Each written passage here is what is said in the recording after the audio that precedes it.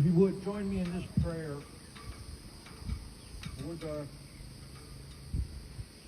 of the one who we call the founding father of this nation, George Washington.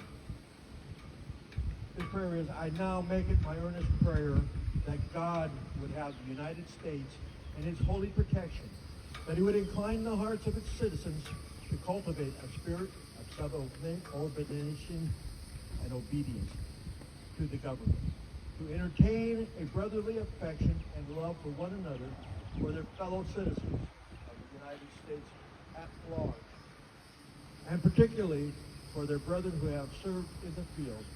And finally, that he would most graciously be pleased to dispose us all to do justice, to love mercy, and to demean ourselves with the charity, the humility, and the pacific temper of mind which were characteristics of the divine author of our blessed religion, and without a humble imitation of whose example in these things we can never hope to be a happy nation. Amen. This prayer is read aloud every day at Mount Vernon at the public wreath laying ceremony. God bless America.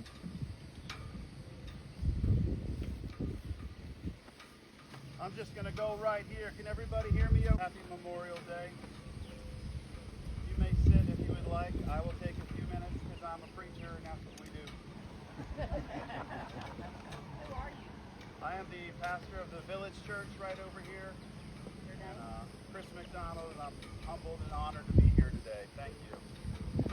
During the darkest days of the Civil War, President Abraham Lincoln reminded his fellow Americans, we have been the recipients of the choicest bounties of heaven, to be born in the land of freedom, to live in a nation founded as one nation under God, by those who serve the one God of the Bible. It is both a tremendous privilege and a great responsibility, Lincoln said. So it is with this privilege and great responsibility that we remind ourselves of our fallen heroes who are honored here today. Those who were uniquely gifted with a special kind of bravery that empowered them to give their lives for the cause of freedom. And any man or woman who stands and swears an oath to defend your life is honored here today too. It is an honor of the lives given for this special land that we should not let the wings of liberty lose one feather. It is our responsibility to live up to these ideals of freedom. It only exists here the way it exists in the world. There's a freedom index, and no one comes close to our country. We must not only remember those who died to keep us free, we must have a call to action to keep America free. To honor those who paid the ultimate sacrifice to keep us free. And we can keep our country from falling into tyranny by doing certain things. First of all would be to pray. Our fathers knew the power of prayer. In times of tragedies and wars, they prayed together. They prayed with the nation. Pray for our country. Pray for your families. And pray with and for each other. Process. With the divine power of God, our founding documents, He has given us a very clear set of processes for bringing about change. And these processes must never be usurped or misused. Participation.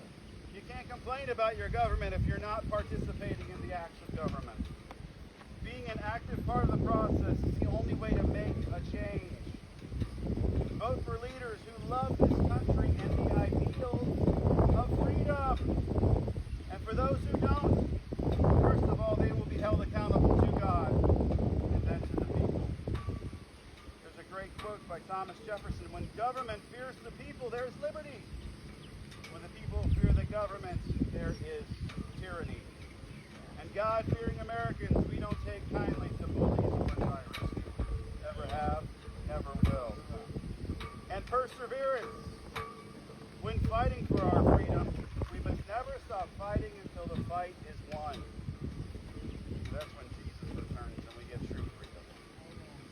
must preserve in good times and in the worst times. Persevere, hold each other up, love each other. We have been afforded the sacrifice of others to have our best lives possible. In no other country you can live a life like we do here in the United States. Now is the time when we must give back. In honor of the veterans of the Civil War, Supreme Court Justice Oliver Wendell Holmes Jr., who himself was wounded 3 times, said, "It is now the moment when by common consent we must pause to be conscious of our national life and to rejoice in it. To recall what our country has done for each of us and to ask ourselves what we can do for our country in return. What kind of America do we want to leave future generations? One that's less free than the one we had the privilege to grow up in? And the utmost importance of America in the world moving forward. Tyrants are everywhere. Oppressive regimes everywhere. Without America standing strong, they grow bolder. For your consideration, I give you certain things. First of all, being the dignity of human life. To view each other made in the image of God. Matthew 22:39. You shall love your neighbor as yourself. The Founding Fathers wrote in the Declaration of Independence that everyone has unalienable rights. These rights are not granted to you by government. The government is simply recognizing that God has given you rights. We must also defend the God-created family. The importance of fathers. The importance of mothers. The importance of a family dynamic. We must have a national work ethic. We got to teach young generations how to work hard, to put in an honest day's work. We have the right to a great and excellent education, but not indoctrination. We must pursue a common decency. We must be the light that shines. We are salt and light. We must be a group of people who, no matter how difficult the situation, how difficult the circumstance, we will stand up and do the right thing. And we are all personally accountable to God. Hebrews 9:27. And as is appointed for man to die once, but after this, the judgment. Let us also defend the 3 C's that have made our country great. The Constitution. It's the law of the land. And if anyone is allowed to break the law, then everyone is allowed to break the law. The financial institution of capitalism. It is the only financial institution in the world that raises people out of poverty. All the others make everyone else poor. And of course, Christianity. To follow Jesus. To be a light that shines for him. So as a country, it could start right here. Let us humbly bend our knees to an almighty God. Let us allow ourselves to be used by God. Let us stand in the gap and be the salt and the light the world needs. If we humble ourselves, if we humble our hearts, and never look back, sell out for Jesus, God will heal our land. If you want to remember the honored dead, this is how you do it. Thank you.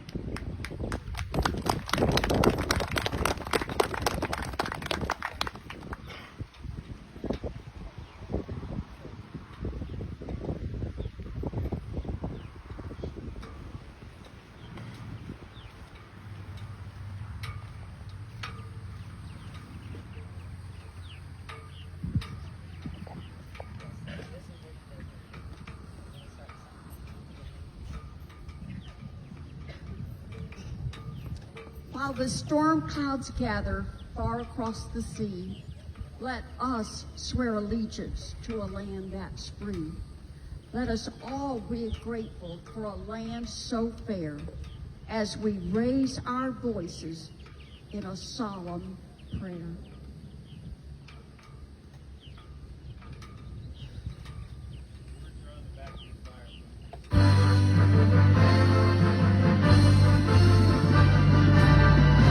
Hallelujah.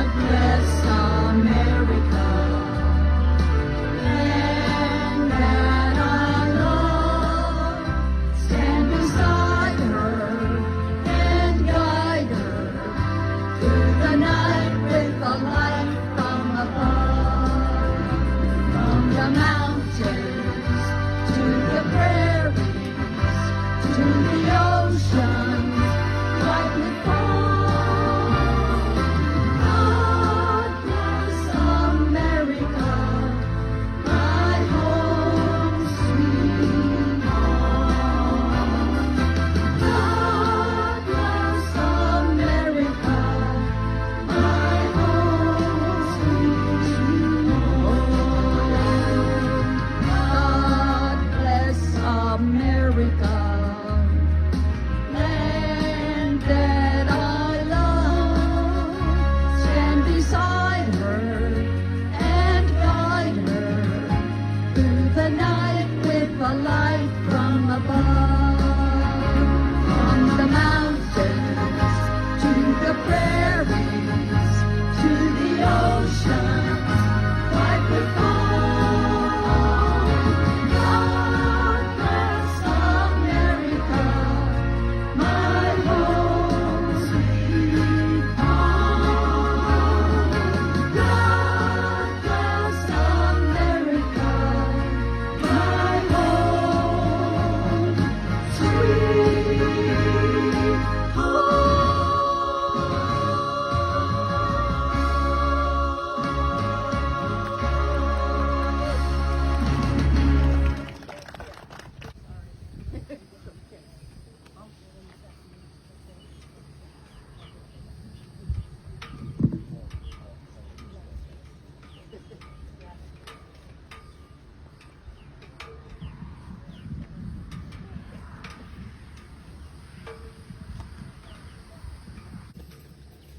There are a lot of reasons that people choose military service, and it differs from person to person. But as varied as the reasons, there's a universal understanding that service is sacrifice, even if that sacrifice is one's own life. And there's no greater sacrifice to offer than one's life for the greater good.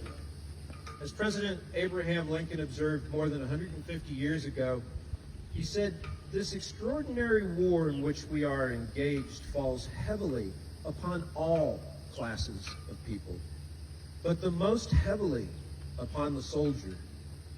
For it's been said, all that a man hath will he give for his life. And while all contribute of their substance, the soldier puts his life at stake and often yields it up in his country's cause. That is the highest merit. Then it is due to the soldier." This respect we give to our fallen right here today, and all of you here today, speaks to the value we place on their service. And it's not just back at home, here, that we remember them.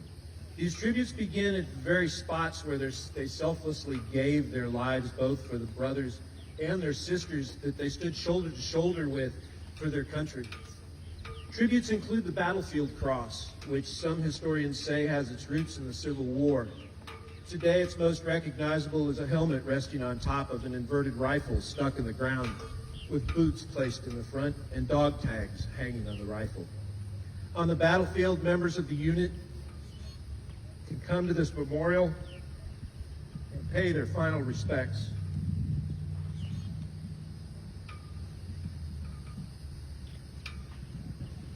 Get older, you don't memorize things as well.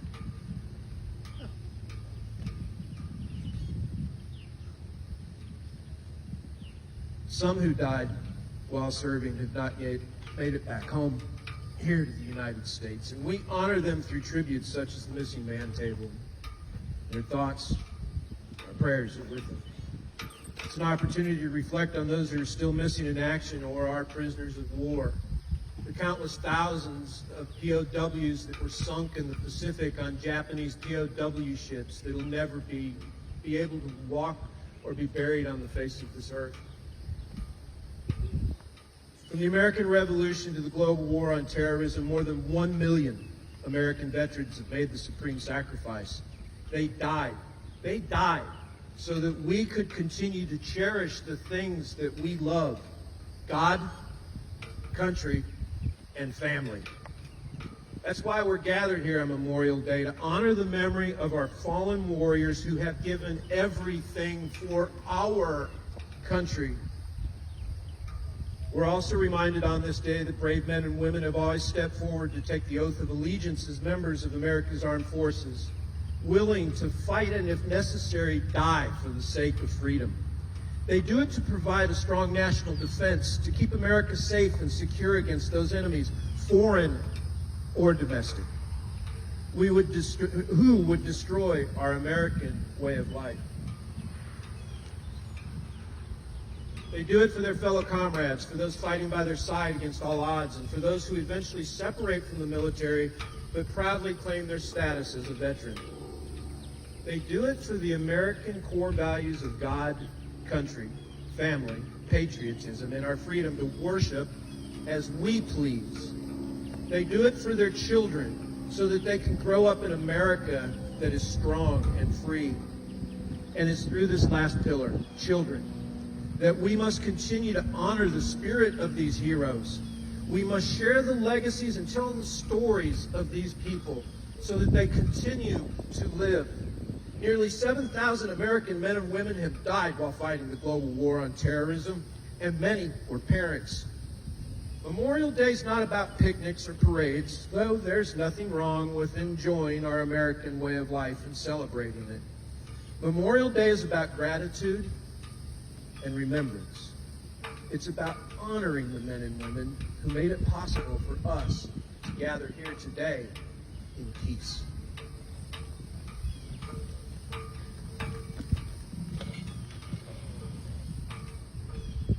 But the reason that there is a Memorial Day, the reason that we gather here, is to remember those that made our way of life, your individual way of life, possible for you to be able to choose that way of life. These people truly are guardians of freedom. Drive on, heroes. Hooah! I'd like to call you to attention, please, so that we can play the ceremonial playing of taps. Veterans, attention! Sergeant at Arms, call colors. Present arms.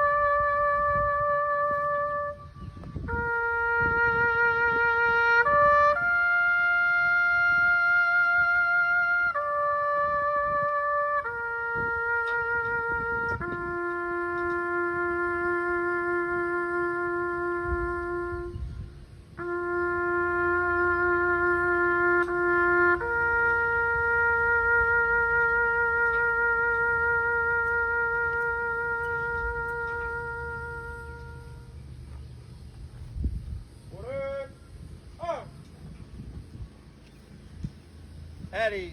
Dismissed. Thank you for being here. Please come back and join us at noon, folks.